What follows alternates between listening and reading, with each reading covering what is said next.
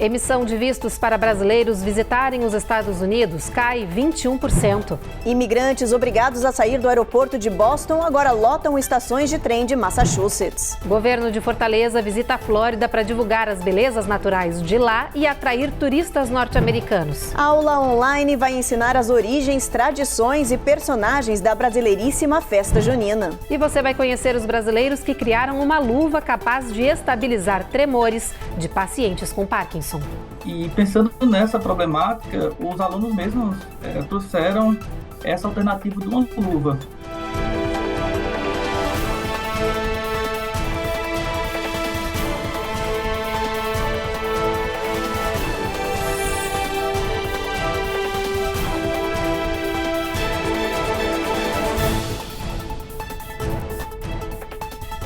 Olá, boa noite. Muito boa noite. A Flórida é um dos maiores parceiros comerciais do Brasil e deve também se tornar um dos maiores fornecedores de turistas norte-americanos lá para o nosso país. É que uma comitiva de Fortaleza visitou aqui o estado para divulgar as belezas e atrativos do território brasileiro e fechar parcerias turísticas. Os detalhes com a repórter Cone Rocha. Conhecida por suas praias paradisíacas e cultura vibrante, Fortaleza está mirando alto no cenário internacional. Por isso, a Secretaria do Turismo da capital cearense, SETFOR, realizou um seminário na Flórida para atrair ainda mais visitantes estrangeiros para a capital. O evento Vem Fortalezear aconteceu nesta semana em Miami Beach e Orlando e reuniu agentes de viagem e operadores turísticos que tiveram a oportunidade de conhecer de perto o que Fortaleza tem a oferecer, como suas praias deslumbrantes, rica gastronomia e experiências culturais únicas. A comitiva brasileira contou com a presença do secretário de Turismo de Fortaleza, Alexandre Pereira Silva, e da secretária executiva de Cultura de Fortaleza, Leiliane Vasconcelos. A capital do Ceará tem buscado consolidar sua posição como um dos destinos mais procurados no Brasil e agora internacionalmente. Segundo uma pesquisa da plataforma de aluguel por temporada Airbnb, Fortaleza ficou em primeiro lugar na preferência dos hóspedes brasileiros para viagens nacionais programadas para junho, julho e agosto de 2024. A cidade também foi o destino mais procurado no Nordeste pelos brasileiros para as férias de julho, segundo o departamento da plataforma de viagens Booking.com. Nós tivemos a oportunidade de falar sobre pautas importantes como desenvolvimento humano, como inclusão, como cultura, como desenvolvimento econômico. E esse programa, chamado Fortalezear, teve o intuito de unir as Américas, a América do Norte com a América do Sul. Então, todas as pessoas que estiveram lá foram muito importantes para nós. Também recebemos a presença do nosso ilustríssimo embaixador do Consulado de Orlando, o senhor João Lucas Quental, e eu estava lá representando a cultura nordestina.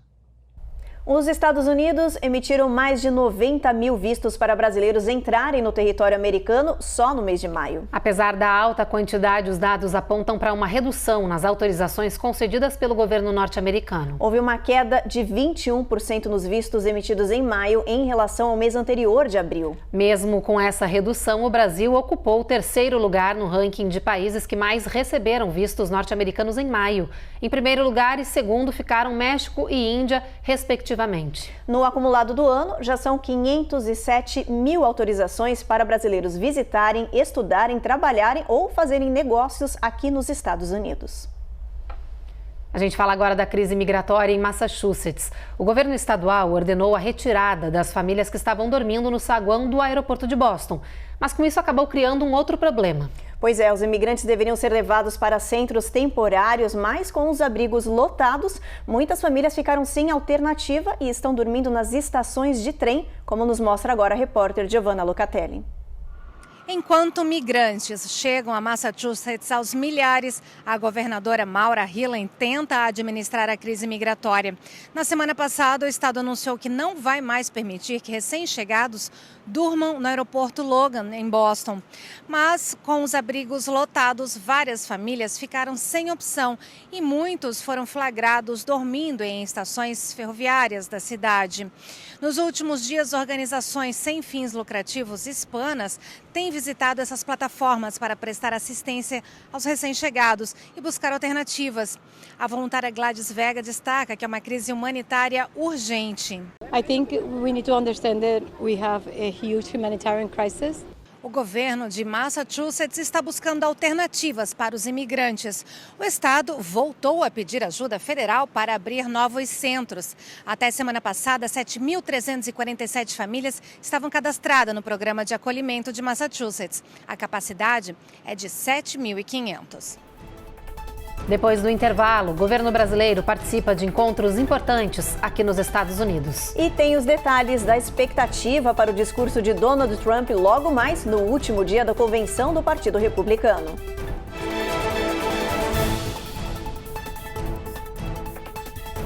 Américas no Ar. Oferecimento. Rejab Chip. Melhore agora sua qualidade de vida. Uninter. A melhor faculdade para brasileiros nos Estados Unidos. Acesse uninteraméricas.com e inscreva-se já.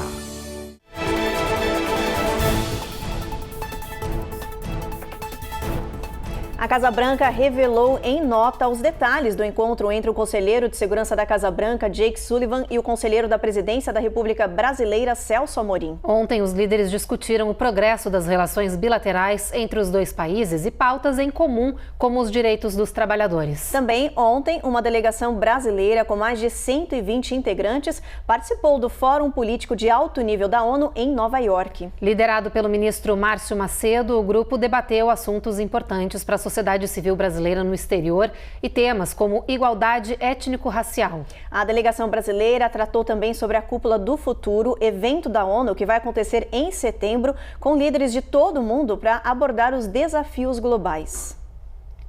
E veio à tona hoje que o governo dos Estados Unidos monitorou o presidente Lula por 5 décadas, desde quando ele era metalúrgico na Grande São Paulo até a ascensão como líder sindical. Esses registros continuaram quando ele entrou na vida política como deputado e também quando virou presidente do Brasil. São mais de 800 documentos.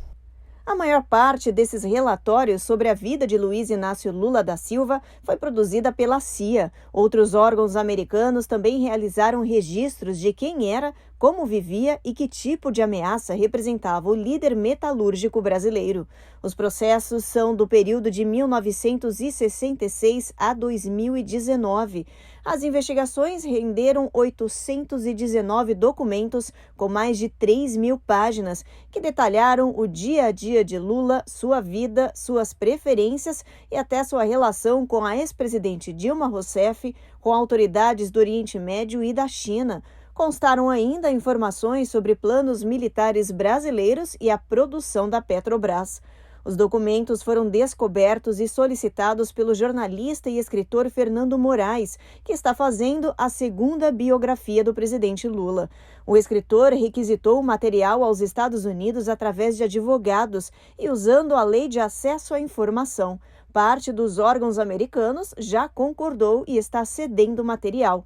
Não há prazo para a divulgação do segundo volume da biografia de Lula. Em Milwaukee, termina hoje a Convenção Nacional Republicana e logo mais Donald Trump vai fazer o discurso de encerramento do evento. Como de praxe, ele vai aceitar a indicação oficial como candidato à presidência do país.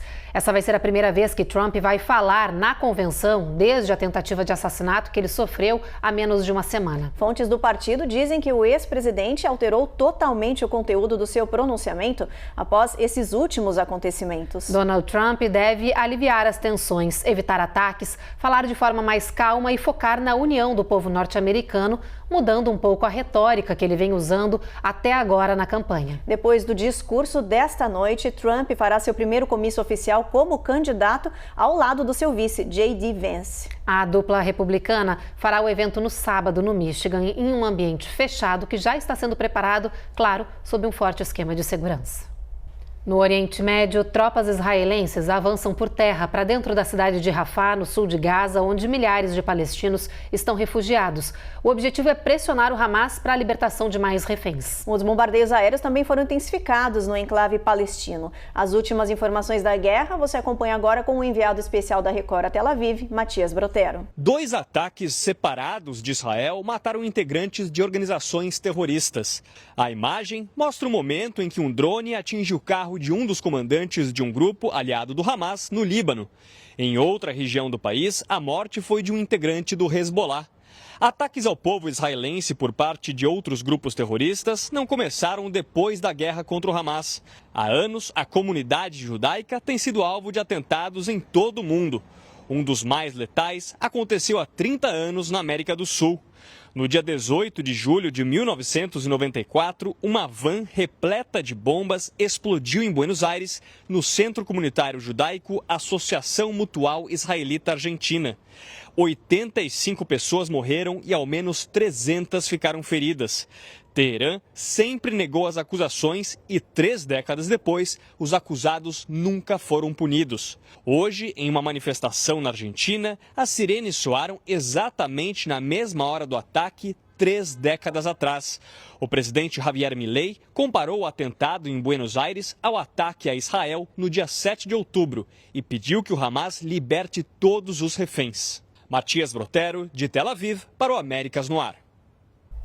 Depois do intervalo, levantamento mostra quais são os estados do país com os piores acessos de saúde para as mulheres. E Joe Biden anuncia perdão de mais de $1 bilhão em dívidas de empréstimo estudantil.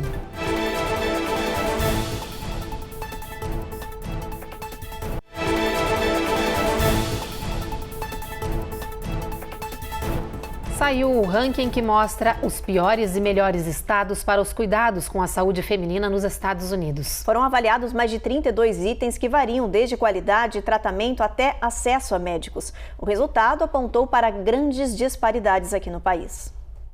O relatório da Commonwealth Fund revelou que os estados do Nordeste do país ganharam as melhores pontuações no quesito saúde e reprodução feminina. Massachusetts ficou no topo do ranking, com um sistema de saúde pensado e criado para a mulher. Atrás dele estão Vermont, Rhode Island, Connecticut e New Hampshire. Os piores desempenhos estão espalhados pela metade do sul do país. Mississippi aparece no rodapé do ranking, com a pior avaliação, seguido por Texas, Nevada, Oklahoma e Arkansas. Essas regiões sofrem para oferecer até mesmo serviços vitais e básicos. A Flórida, apesar de estar localizada no sul, não integra a lista dos piores estados. Aparece numa posição intermediária, no meio do ranking, que não é considerada nem bom e nem ruim para a saúde feminina, mas com margem e capacidade para melhorar e oferecer mais serviços. Este é o primeiro levantamento do tipo exclusivo sobre a saúde da mulher e preocupou os especialistas. A falta de acesso aos cuidados piora um quadro já considerado grave e perigoso nos Estados Unidos. Hoje, a expectativa de vida das mulheres é a mais baixa em quase 2 décadas. Meninas e mulheres entre 15 e 44 anos morrem por causas evitáveis, como complicações na gravidez, condições de saúde crônica, câncer de mama e de colo de útero, Covid-19 e outros. Problemas que o CDC considera preventivo e tratável. Existe, cientificamente comprovado, algumas doenças que são muito mais incidentes no sexo feminino. E exatamente o Estado tem uma função primordial de fazer uma política pública de prevenção, principalmente como um facilitador de acesso à população a exames que possam, por exemplo, ter detecção precoce. No caso da mamografia no câncer de mama. Não é que no sexo masculino não tenha, mas isso ocorre muito mais comumente no sexo feminino. Então, sabidamente, a gente tendo a noção de qual doença do gênero do sexo feminino que é mais incidente, o Estado tem a responsabilidade de criar um programa preventivo e, principalmente, facilitando a população na detecção, fazendo com que o desfecho pior não ocorra quando você já tem o diagnóstico tardio. Quanto mais o tempo passa, mais as plataformas de streaming ganham espaço na rotina da vida das pessoas. E no último mês, o número de assinaturas desses serviços bateu o maior recorde já registrado aqui nos Estados Unidos. De acordo com um relatório de junho da Nielsen, o tempo que as pessoas passaram assistindo séries e filmes em plataformas de streaming aumentou 40% em relação ao uso regular da televisão. O crescimento é sobretudo assustador diante do registrado no mês de maio, que foi de cerca de 6%. O levantamento da Nielsen mostra ainda quais são as plataformas com o maior número de assinantes nos Estados Unidos: Disney+, Tubi, Netflix e Max. Juntos, esses 4 streamings foram ainda responsáveis por um aumento de 20% do público infanto-juvenil nessas plataformas. A gente tem televisão em casa, mas cada vez mais a televisão deixa de ser consumida como televisão de fato que vem antigamente, né? A gente acaba vendo muito YouTube, Netflix e muitas vezes a televisão está ligada e a gente está no celular consumindo outro tipo de mídia, né? Esse tipo de informação, ou seja, fica muito mais fácil a gente procurar aquilo que a gente quer no momento que a gente quer. Assistir uma novela, assistir um filme naquele momento exato, né? O celular a gente consegue medir esse tipo de coisa, mas às vezes a gente está consumindo coisas até impulsivamente, sem perceber, mas pelo menos acho que umas 4 horas do dia aí a gente está consumindo vídeos, consumindo notícias no momento exato que a gente busca. Eu nasci, cresci assistindo televisão.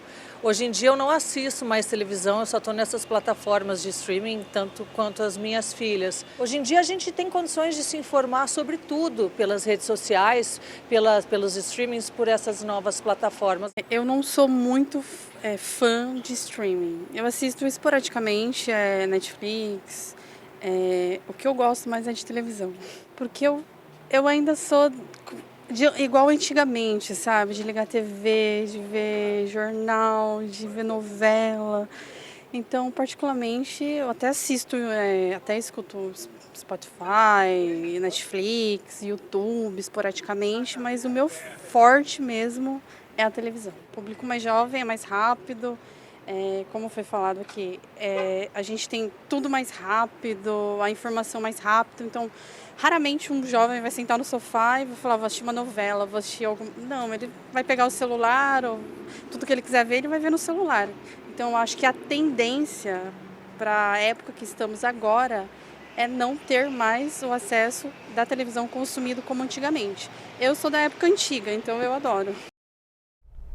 O presidente Joe Biden anunciou o perdão de mais $1 bilhão para dívidas de empréstimos estudantis. Essa rodada de perdão impacta cerca de 35 mil pessoas que trabalham no setor público, incluindo professores, enfermeiros e bombeiros. Todos eles que ainda na fase adulta precisavam gastar muito dinheiro para quitar a dívida do empréstimo, se qualificaram para o alívio através de um programa federal de perdão. Ele foi criado há quase 2 décadas, mas a administração Biden o ampliou para facilitar o acesso e melhorar a vida financeira de milhões de pessoas e, consequentemente, da economia do país. Até o momento, Biden já cancelou mais de $168 bilhões de dívidas de empréstimos federais para estudantes, beneficiando quase 5 milhões de pessoas. Depois do intervalo, Aula Online vai ensinar as origens, tradições e personagens da brasileira festa junina. E você vai conhecer os brasileiros que criaram uma luva capaz de estabilizar tremores de pacientes com Parkinson.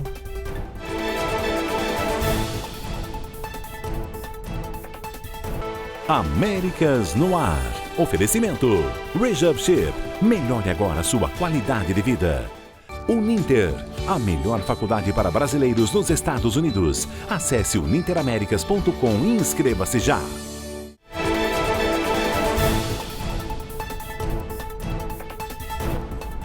No próximo sábado, vai acontecer uma aula online especial para crianças de 5 a 10 anos e totalmente de graça. Será um encontro divertido e lúdico para aprender mais sobre as tradicionais festas juninas brasileiras e seus personagens. A professora de português, Patrícia Negromonte, vai explicar a origem dessas comemorações, o significado delas para a nossa cultura e muito mais. As crianças vão aprender brincando, através de aulas que vão ter o apoio da Turma da Mônica. Então anota aí, gente, o encontro vai ser online no dia 20 de julho, às 3 da tarde, horário de Nova York. Para se inscrever nesse encontro gratuito, basta acessar o Instagram da South American, que aparece agora na sua tela. A professora Patrícia mandou até uma mensagem para a gente. Olha só. É super importante que as crianças participem deste evento que vai ocorrer no dia 20 de julho, pois elas terão a oportunidade de conhecer um pouco mais sobre a origem das festas juninas, nossas tradições e características desse momento tão rico para a nossa cultura, como as músicas, as brincadeiras, as danças, as comidas típicas, que variam de acordo com cada região do Brasil. Então eu venho aqui convidar todos vocês para participarem desta aula super divertida que vai acontecer neste mês de julho. Conto com vocês. Agora a gente fala do calorão que faz aqui nos Estados Unidos. O Arizona é uma das áreas mais afetadas com temperaturas acima de 3 dígitos há semanas. Hoje, as autoridades de Phoenix anunciaram que investigam mais de 300 mortes que estariam relacionadas com o calor extremo. Somente na semana de 7 a 13 de julho, quando as temperaturas na área de Phoenix passaram de 118 graus Fahrenheit, 100 pessoas perderam a vida. De lá para cá, mais vítimas fatais. Ao todo, já são 322 mortes que, segundo as autoridades, estão relacionadas ao excesso de calor. O recorde no número é assustador. Só para se ter uma ideia, em todo o ano passado aconteceram 579 mortes no estado por causa das altas temperaturas. Os dados do Departamento de Saúde do Arizona mostram ainda que, em 2023, a maioria das mortes aconteceu em ambientes internos, onde não havia unidades de ar-condicionado funcionando de forma adequada. Mas, neste ano, as mais de 300 mortes ainda são investigadas e, por isso, não há detalhes estatísticos de como esses óbitos aconteceram. Até agora, só se sabe que 70% dos casos aconteceram com homens. Especialistas lembram que o calor excessivo pode resultar em exaustão térmica do corpo, levando a um quadro de choque cardiovascular e danos graves nos pulmões, causando uma morte súbita. Vamos aproveitar e checar as temperaturas no nosso mapa, hora da meteorologia. Olha, em Boston a previsão de máxima de 82, sobe mais a temperatura em Washington, 89 de máxima. A gente tem trovoada prevista na faixa de Charlotte, Norfolk até Atlanta. Na Flórida, um tempo variado, sol aparecendo entre nuvens com previsão de pancada de chuva ao longo do dia. Jacksonville com 95 de máxima. Em Houston, 92, mesma situação da Flórida. Em Brownsville, a gente tem chuva com mínima de 79. Em San Antônio, pancadas de chuva ao longo do dia com mínima de 76. El Paso, sol nem dá as caras por lá, mínima de 78, máxima de 97. Albuquerque, a gente tem um pouco de sol, mas chuva também com mínima de 69. Phoenix, a gente tem sol brilhando o dia inteiro com máxima de 115 graus, bastante calor. Las Vegas, calorão também aí, máxima de 111. Sol vai brilhar forte em Los Angeles e em São Francisco. A temperatura em São Francisco mínima de 57, máxima de 76 graus. E um grupo de estudantes de Pernambuco está dando o que falar dentro e fora do Brasil por causa de uma invenção que pode beneficiar a vida de milhares de pessoas. Olha que incrível, eles desenvolveram uma luva que tem capacidade de estabilizar os tremores de pessoas que têm o mal de Parkinson. E detalhe, com um preço bastante acessível. A reportagem é da Eloá Orazen. Graças a um professor de química, a geografia agora tem que ser atualizada. Quem um dia disse que o sertão nordestino é pouco fértil, nunca plantou ideias e conhecimento. Numa escola estadual de Carnaíba, em Pernambuco, um grupo de alunos dedicou parte de seu tempo extracurricular às aulas de robótica e desenvolveu uma luva capaz de estabilizar os tremores de quem sofre do mal de Parkinson. Eu comecei a trabalhar na escola que eu desenvolvi o projeto no ano passado. E no ano passado, eu fui inserido no grupo de robótica, juntamente com alguns alunos, e em algum momento eu estive faltando por conta de um tratamento de minha mãe, que ela tem Parkinson. E ao apresentar para eles que minha mãe tinha essa necessidade, que tinha um Parkinson, aí outros também foram identificando também na família, os alunos começaram a realizar algumas pesquisas e verificaram que um dos maiores efeitos do Parkinson é nas mãos, onde o pessoal treme muito, tem dificuldade em segurar os objetos, acaba se cortando quando vai utilizar uma faca.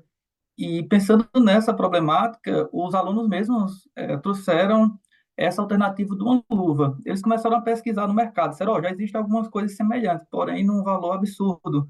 Tem uma que está sendo desenvolvida aí nos Estados Unidos, se pesquisar, está com um valor absurdo de mais de 5 mil reais. A Glovete, como é chamada a luva desenvolvida pelos estudantes, custa pouco mais de R$90 e é feita a partir de peças reutilizadas.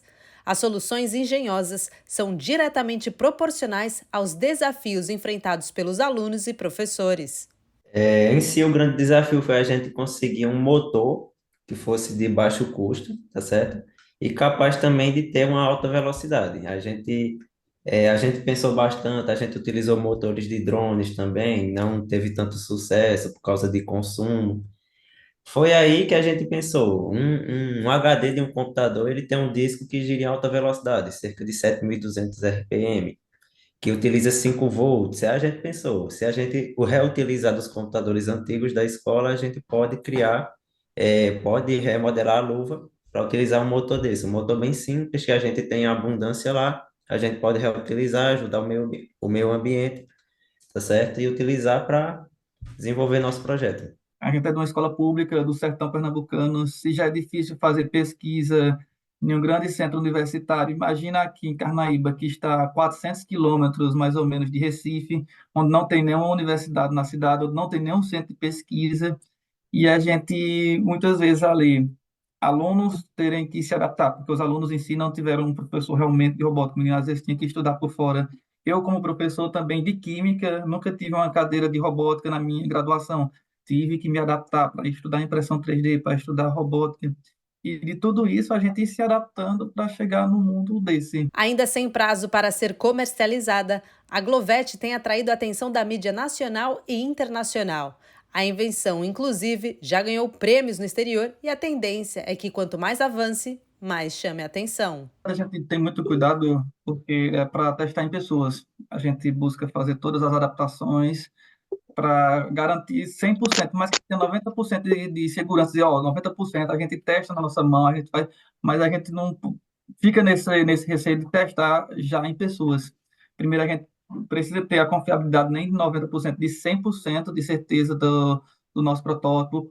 A questão da autonomia da energia para não ficar na tomada, além de outras adaptações que a gente está fazendo, que são com sensores nos dedos, que utiliza vibradores de celular também. Aí toda essa adaptação a gente está fazendo para, então, passar por um comitê de ética para testar em pessoas.